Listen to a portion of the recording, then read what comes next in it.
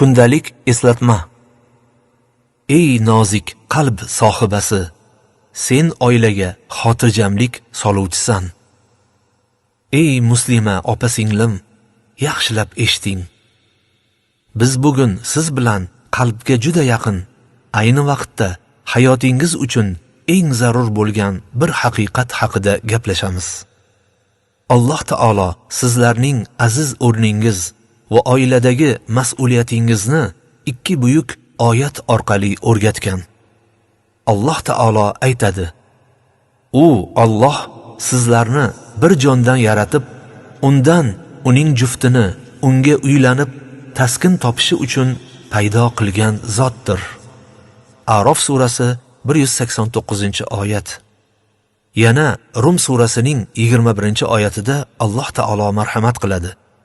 Uning alomatlaridan yana biri sizlar taskin topishlaringiz uchun o'zlaringizdan juftlar yaratishi va o'rtalaringizda inoqlik va mehribonlik paydo qilishidir. Albatta, bunda tafakkur qiladigan qavm uchun alomatlar bordir. Qarang, singlim, Qur'oni Karimning bu ikki oyati bir haqiqatni o'rgatyapti.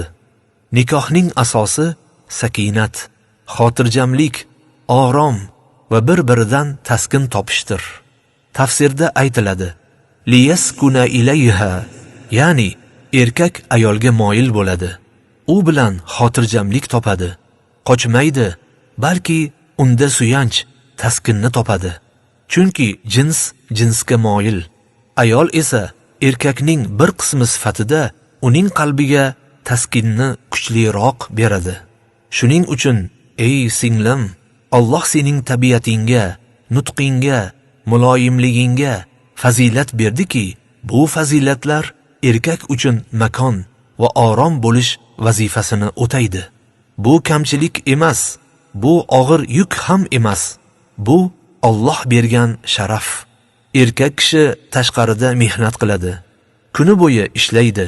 Turli sinovlardan o'tadi. Kechgacha charchab, yuragida g'ashlik bilan uyga qaytganda, uy uning qal'asi, xotini esa uning taskin topadigan eng yaqin insoni bo'lishi kerak.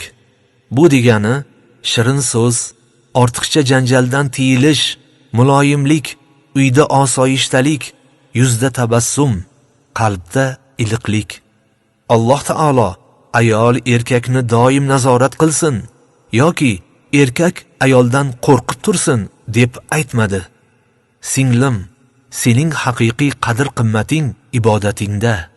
Sening sharafing uyingga tinchlik, mehr osoyishtalik va sakinat olib kirishingdadir.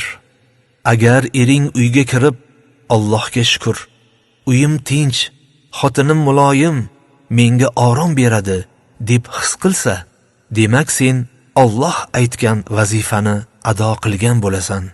Bu sening taqvoing, bu sening sharafing, balkim bu sening jannatga kirishga sabab bo'ladigan amalingdir. Buni har doim yodingda tut.